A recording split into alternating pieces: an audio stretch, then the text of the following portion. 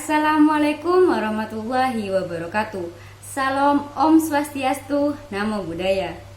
Perkenalkan, saya Fitri Haryono, NIM 040, kelas A, semester 4, Fakultas Hukum Universitas Trunojoyo, Madura. Di sini saya akan menjelaskan sedikit banyak mengenai perbuatan melawan hukum. Perbuatan melawan hukum sendiri diatur pada pasal 1365 BW atau yang kita kenal dengan Kitab Undang-Undang Hukum Perdata. Video ini saya buat untuk memenuhi tugas hukum perikatan dengan dosen pengampu Bapak Luki Davina Nugroho SHMH. Untuk mempersingkat waktu, saya akan menjelaskan mengenai pokok bahasan yang akan kita bahas nanti. Yang pertama, pengertian perbuatan melawan hukum. Yang kedua, mengenai unsur perbuatan melawan hukum. Yang ketiga, tanggung jawab perbuatan melawan hukum. Baik, selanjutnya kita masuk ke pembahasan pertama, pengertian perbuatan melawan hukum. Pengertian perbuatan melawan hukum diatur pada pasal 1365 BW yang berbunyi, tiap perbuatan melawan hukum menimbulkan kerugian terhadap orang lain, mewajibkan seseorang yang karena kesalahannya untuk mengganti rugi. Dari pasal di atas dapat kita simpulkan bahwa seseorang dapat dikatakan melakukan perbuatan hukum jika memenuhi 4 unsur. Yang pertama, perbuatan tersebut murni perbuatan melawan hukum. Yang kedua, terdapat pihak yang dirugikan. Yang ketiga, perbuatan tersebut merupakan kesalahan. Yang keempat, munculnya kewajiban untuk mengganti rugi. Materi selanjutnya akan dibahas dan dijelaskan lebih rinci dalam PowerPoint. Apa yang dimaksud dengan perbuatan melawan hukum? Seperti yang sudah saya jelaskan di awal, perbuatan melawan hukum diatur dalam Pasal 1365 BW atau yang kita kenal dengan Kitab Undang-Undang Hukum Perdata. Sedangkan pada BW Belanda diatur dalam Pasal 1401 yang hanya ditafsirkan secara sempit. Yang dikatakan perbuatan melawan hukum dalam pasal ini hanya tiap perbuatan yang bertentangan dengan hak orang lain yang timbul karena undang-undang. Seiring berkembangnya zaman, berkembang pula makna dari perbuatan melawan hukum itu sendiri. Diawali karena dua perusahaan percetakan Belanda yang saling bersaing, yaitu perusahaan Lydenboom dan perusahaan Cohen. Hal ini bermula dari pegawai Lydenboom yang dibujuk oleh Cohen untuk memberitahukan nama-nama pelanggannya. Selanjutnya, Cohen bisa memanfaatkan data tersebut untuk membuat suatu penawaran baru yang membuat orang-orang akan memilih kantor percetakannya daripada kantor Lydenboom. Untungnya, perbuatan Cohen cepat diketahui dan Lydenboom langsung mengajukan gugatan di muka pengadilan Amsterdam. Lydenboom mengajukan gugatan perbuatan melawan hukum sekaligus meminta ganti rugi atas perbuatan yang dilakukan Cohen. Pada tingkat banding, Lydenboom dinyatakan kalah. Dikatakan bahwa tindakan Cohen tidak dianggap sebagai suatu perbuatan melawan hukum karena tidak dapat ditunjukkan suatu pasal dari undang-undang yang telah dilanggar oleh Cohen. Akhirnya, melalui putusan Mahkamah Agung Belanda tanggal 31 Januari 1919, Lydenboom dinyatakan sebagai pemenang. Sekaligus dalam putusan ini menyatakan bahwa pengertian perbuatan melawan hukum di pasal 1401 BW Belanda termasuk pula suatu perbuatan yang melanggar hak-hak orang lain, bertentangan dengan kewajiban hukum si pelaku, atau bertentangan dengan kesusilaan.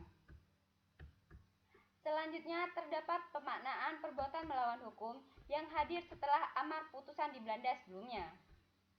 Suatu perbuatan melawan hukum dihubungkan dengan 3 hal sebagai berikut. Yang pertama, melanggar hak orang lain. Yang kedua, bertentangan dengan kewajiban hukum si pelaku adalah kewajiban menurut undang-undang. Yang ketiga dan terakhir, bertentangan dengan kesusilaan yang baik dan patutan yang terdapat dalam masyarakat terhadap diri atau barang orang lain.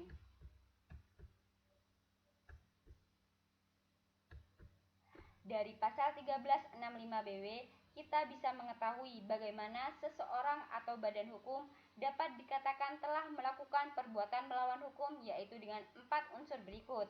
Yang pertama, perbuatan tersebut masuk ke dalam perbuatan melanggar hukum.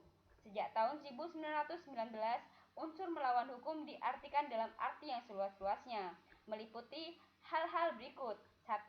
Perbuatan melanggar undang-undang yang berlaku. 2. Melanggar hak orang lain yang dijamin oleh hukum. 3. Perbuatan yang bertentangan dengan kewajiban hukum si pelaku. 4. Perbuatan yang bertentangan dengan kesusilaan. Serta yang kelima, perbuatan yang bertentangan dengan sikap baik dalam bermasyarakat. Yang kedua, menimbulkan kerugian kepada orang lain. Untuk mengetahui apakah suatu perbuatan adalah sebab dari suatu kerugian, maka perlu diikuti teori Eduget-Verursaking dari von Fries. Menurut teori ini, yang dianggap sebagai sebab adalah perbuatan yang menurut pengalaman manusia normal sepatutnya dapat menimbulkan akibat, dalam hal ini kerugian. Jadi, perbuatan seseorang dikatakan sebagai perbuatan melawan hukum apabila terdapat perbuatan yang secara langsung menimbulkan kerugian kepada pihak lain. Yang ketiga, dalam perbuatan tersebut terdapat unsur kesalahan. Suatu perbuatan mengandung unsur kesalahan sehingga dapat dimintakan tanggung jawabnya secara hukum jika memenuhi unsur-unsur sebagai berikut. Yang pertama, ada unsur kesengajaan. Yang kedua, ada unsur kelalaian.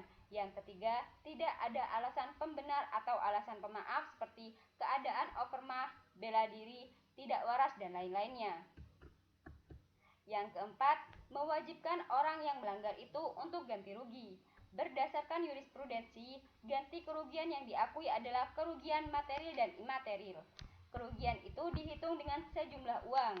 Penghitungan ganti kerugian dalam perbuatan melawan hukum didasarkan pada kemungkinan adanya 3 unsur, yaitu biaya, kerugian yang sesungguhnya, dan keuntungan yang diharapkan atau bunga. Pembahasan terakhir mengenai pertanggungjawaban dalam perbuatan melawan hukum. Dalam pasal 1365 KUH Perdata mengatur pertanggungjawaban yang diakibatkan oleh adanya perbuatan melawan hukum, baik karena berbuat atau karena tidak berbuat. Sedangkan dalam pasal 1366 KUH Perdata lebih mengarahkan pada tuntutan pertanggungjawaban yang diakibatkan oleh kesalahan karena kelalaian. Kitab Undang-Undang Hukum Perdata membagi masalah pertanggungjawaban terhadap perbuatan melawan hukum menjadi 2 golongan, yaitu yang pertama tanggung jawab langsung, yang diatur dalam pasal 1365. Yang kedua, tanggung jawab tidak langsung, yang diatur dalam pasal 1367 KUH Perdata. Sekian presentasi dan penjelasan dari saya. Kurang lebihnya mohon maaf. Wassalamualaikum warahmatullahi wabarakatuh.